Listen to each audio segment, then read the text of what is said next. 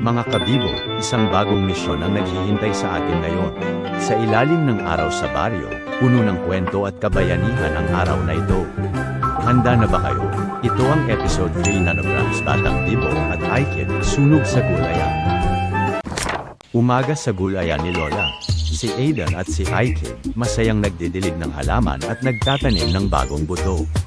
Ang hangin ay presko, ang araw ay kumikinang. Puno ng sigla at kasiyahan ang paligid. Si Lola, masayang nanunood sa mga apo. Ang sipag naman ng mga apo ko. Boses niya ay puno ng pagmamahal at tuwa. Habang abala sa pagtatanim, napakunot ang noo ni Aidan. Reynan, naamoy mo ba yon?